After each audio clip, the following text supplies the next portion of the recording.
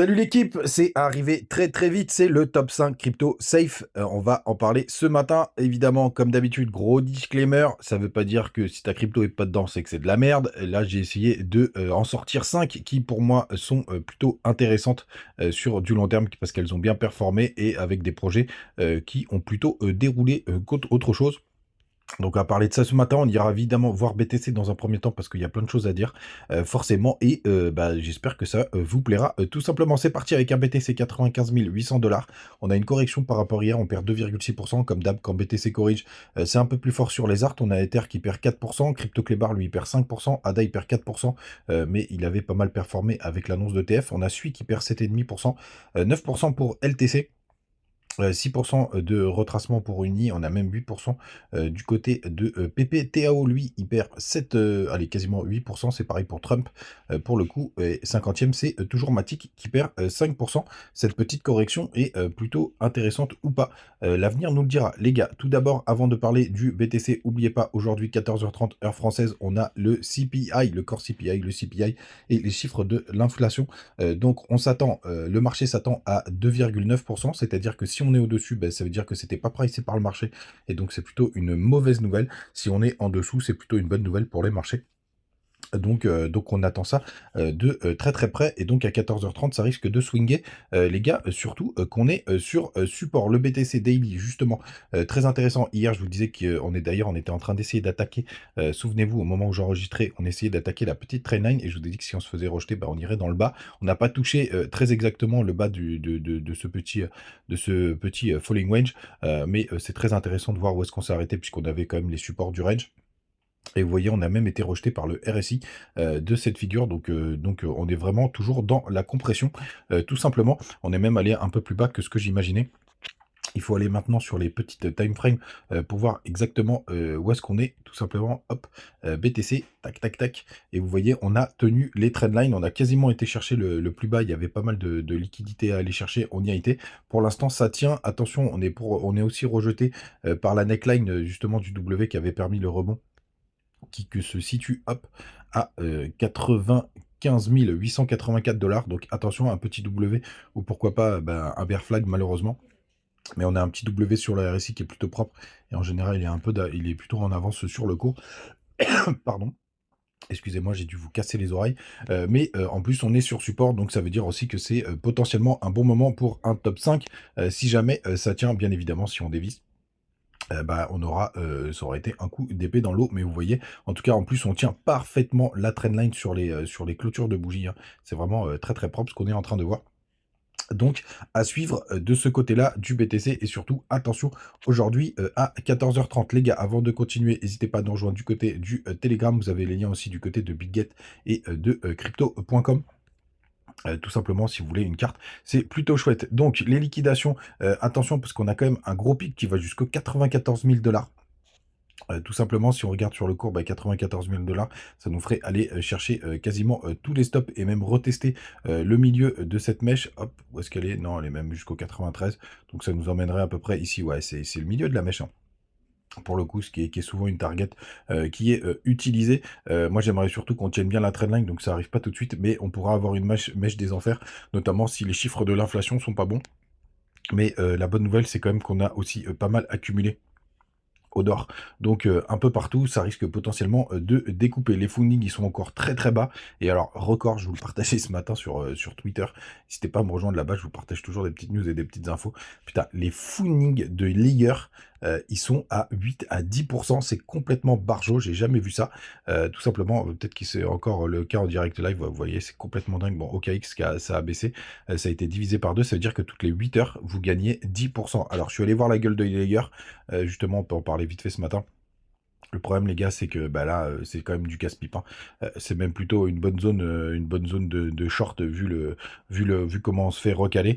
Mais avec des fundings comme ça, vous imaginez, toutes les 8 heures, on prend 8% de votre capital, c'est complètement margeau. Et à l'inverse, on a UX-Link qui est toujours en négatif sur les fundings, quasiment tout le temps. Et j'ai pris 1300 balles. Juste de funding, et je sais pas si vous vous souvenez, la dernière fois que je vous en avais parlé, j'avais pris 10 000 € sur un long swing. C'est là où d'ailleurs j'avais fait des belles performances. Donc c'est assez drôle de voir cette gueule-là, mais ces fundings plutôt très bas, c'est aussi une bonne nouvelle. Mais attention, malheureusement, je traite pas ça, c'est beaucoup trop volatile du côté des liquidations. 200 millions hier, Crypto Ferengic toujours dans les 40. Et attention, là c'est 2,23 millions, 230 millions, pardon. Donc il y a à peu près 10 000 bitcoins qui sont encore arrivés sur les échangeurs. Donc attention, alors c'est un peu partout, il n'y a pas de pic particulier, hein, vous voyez, c'est plutôt global. Donc on continue d'avoir un afflux là, ces derniers temps de Bitcoin sur les échangeurs. Souvenez-vous, le record, c'était 2,17 millions de Bitcoin disponibles. Donc les gars, attention, allez, on démarre avec le top crypto du jour. Donc c'est du top crypto safe, c'est-à-dire que pour moi c'est des cryptos qui ont plutôt bien délivré pour ce bull run, mais c'est pas pour autant qu'elles partiront pas à la cave, hein, les gars, bien entendu. Parce que on ne sait jamais tout simplement de quoi l'avenir sera fait. Et la première, c'est Sui, tout simplement, qui nous a fait des très très belles performances, qui est pour le coup un vrai Solana killer, qui vraiment est dans le même niveau et qui a réussi à avoir autant de hype, notamment avec des meme coins qui ont plutôt pas mal marché. Attention à la dilution, puisqu'on a 10 milliards de market cap sur 32 en full deal weight, donc on a 33% des tokens qui sont en circulation, mais je pense que Sui peut faire des belles choses. On va aller voir la tokenomics, même si je vais pas passer 4 heures sur chaque crypto, mais c'est intéressant de le voir sur celle-ci pour voir comment vous êtes, parce qu'hier, tout simplement, j'ai fait sauter une crypto qui était ENA, parce que la tokenomics était vraiment dégueulasse. Donc attention, parce qu'il y a quand même pas mal d'inflation, mais vous voyez, elle est progressive. On va avoir à peu près 30% d'inflation jusqu'à la fin de l'année. Elle est même plutôt jusqu'au mois d'août. Donc attention, 30%, ça reste acceptable. Mais par contre, en bear market, c'est une crypto qu'il faudra surtout pas holder. Vous voyez, on a un pic jusqu'à novembre où on va prendre à peu près un peu plus de 30% d'inflation. C'est pas mal, mais c'est pas non plus dramatique, surtout si la crypto, si c'est toujours utilisé, pardon.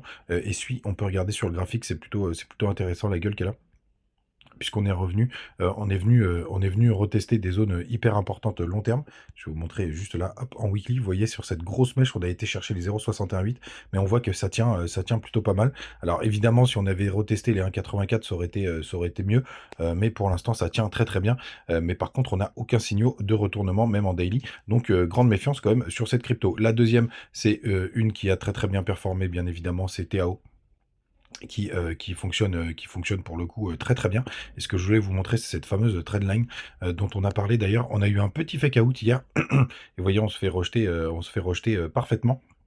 Mais TAO, il est plus. Enfin, pour le coup, c'est une crypto, à mon avis, qui est vraiment à des très très beaux jours devant elle. Pour le coup, elle, on est venu retester toute la zone de travail qu'on avait ici. On est même descendu jusqu'au 200, jusqu'aux 200 $. Donc c'est vraiment très très propre. Le signal, ce sera bien évidemment de breaker la trendline. Et après, il y avait, je sais plus qui partageait un truc sur Twitter, je l'avais gardé. Notamment sur TAO, c'est Crypto Together, qui faisait TAO face à BTC, qui pareil a une grosse trendline. Pour le coup, pareil, quand elle va la break, ça va être plutôt pas mal. Donc on n'a pas le signal propre direct de TAO.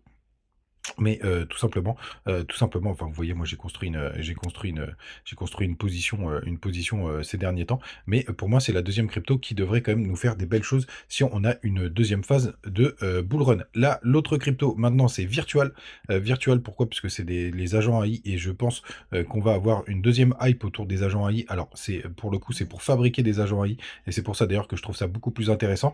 En termes de tokenomics, on a quasiment tous les tokens qui sont en circulation, donc ça, c'est plutôt pas mal. Et donc, il faut avoir du virtual pour pouvoir créer vos agents IA. Donc, je pense qu'on va avoir une hype qui va continuer autour de ça. Moi, j'ai rechargé vraiment comme un porc. D'ailleurs, vous allez le voir parce qu'il y a tout simplement mes baies de bail. Vous voyez, j'ai rechargé vraiment très très fort sur cette correction. Ce qui me rend dingue, c'est que je vous en avais parlé juste là. Je vous disais que j'attendais une correction. Et entre-temps, le truc, il a skyrocket, quoi. Il a fait x10. Je me souviens, j'avais tracé mon Fibo. Je voulais recharger vers les 0,618. Ça a jamais touché. Vous voyez, ça a front run les 0,382. Vraiment très très propre. Et après, on a une montée parabolique. Si on prend tout le mouvement, hop, hop, hop. On voit qu'aussi on est sur ah bah, regardez-moi comme c'est chirurgical. On est sur des zones exceptionnelles puisque vous voyez on a tapé les 0,786. C'est pour ça que j'ai commencé à recharger et même en daily, on tente de faire des nouveaux petits W, donc on va voir ce que ça va donner. On a même un croisement MACD, mais virtual. Je pense qu'il va nous faire une deuxième hype. On aura une deuxième hype autour des agents IA. J'en suis pas mal, convaincu. L'autre crypto maintenant, c'est Arweave, pour le coup qui est, pour moi aussi, hyper intéressante. AR, donc là, c'est sur le stockage de données et je pense qu'on va en avoir besoin et en fait, c'est une crypto qui a pas mal performé et je trouve que la correction est tellement puissante. Pour le coup, ça continue, de dérouler. On a tous les tokens qui sont en circulation. Vous pouvez le voir, juste là. Donc on est vraiment en full deal rate, on est en full deal rate, global. Donc ça c'est plutôt une bonne nouvelle parce qu'il y aura plus d'inflation. Ils continuent, d'envoyer des messages, du côté, de Twitter. Enfin le projet, continue d'avancer. Donc c'est pour ça aussi que je pense que c'est une crypto qui pourrait, faire des belles performances si on a une deuxième phase de bull run. Là pour le coup, on essaye de toper. C'est pas encore le cas. En toute honnêteté, c'est pas encore, hyper propre pour considérer qu'il y a un bottom. Faudrait même, idéalement avoir des bottoms 3 jours. C'est ce qu'il y a de mieux. Vous voyez, on a retesté toute cette zone de travail. Il y a un x5 depuis l'ATH, récent. Et je crois qu'on avait touché les 60 $ du côté de ce projet. Donc plutôt pas mal. Et on finit par le dernier, et après j'en ai quand même un bonus, c'est RSR, qui est plutôt sur la narrative RWA, pour le coup. Même si c'est pas tout à fait, même si c'est pas tout à fait les. Enfin, on est plus sur un narratif très particulier, je vous laisserai aller vous renseigner. Mais c'est aussi une crypto, à mon avis, qui pourrait nous faire des belles choses. Pareil, on a quand même un full deal rate, qui est plutôt propre, hein, puisqu'on est à 500 millions de market cap sur 860 millions en full deal rate, donc plutôt pas mal. Et pour moi, c'est un projet qui pourrait avoir un bel avenir et surtout qui avait fait encore des performances en janvier comparé à d'autres. Alors, il n'a pas été chercher son ATH. On peut aller voir du côté de CoinGecko, puisqu'il avait une tokenomics un peu dégueulasse. Je vais vous montrer sur son historique, vous voyez. Et si on met le market cap, regardez, il a quasiment touché le top sur mars 2024, mais il l'a pas touché sur le cours. Et là, maintenant, l'inflation est un peu plus maîtrisée. Donc, plutôt chouette de ce côté-là. Allez, on finit sur un bonus parce que c'est une crypto que j'aime bien. Je voulais rentrer dessus.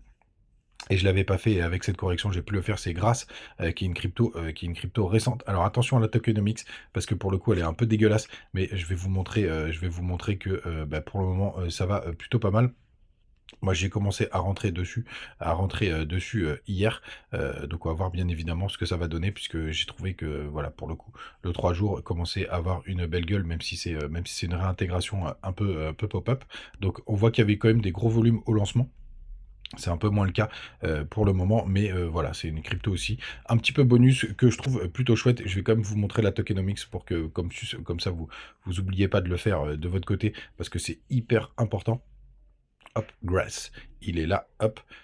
D'ailleurs, elle a une très bonne note, 6,45, c'est une très bonne note, c'est un peu moins que je suis, mais c'est une très bonne note. Et vous voyez, le pic, par contre, où ça part en vrille complet, c'est à partir de novembre 2025, puisqu'il y a quand même une théorie, et je l'entends, hein, les gars, n'oubliez pas, hein, même si je considère qu'il faudra sûrement bien vendre à partir de février et toutes les impulsions, j'entends la théorie jusqu'à novembre 2025, et elle me va bien. Et vous voyez, il y a une inflation qui commence à exploser à partir de novembre 2025. Donc pour le coup, moi, c'est vraiment une crypto que je trouve vraiment très intéressante, et je la garde sous le coude pour shorter pendant le bear market. Voilà les gars, vous savez tout. N'hésitez pas à me donner votre avis en commentaire. N'oubliez pas, c'est pas parce que je pense que ce sont des cryptos safe, le mot safe n'existe pas en crypto, mais je trouvais ça intéressant de vous le partager. Les gars, passez une bonne journée. On se retrouve demain comme d'habitude. Ciao!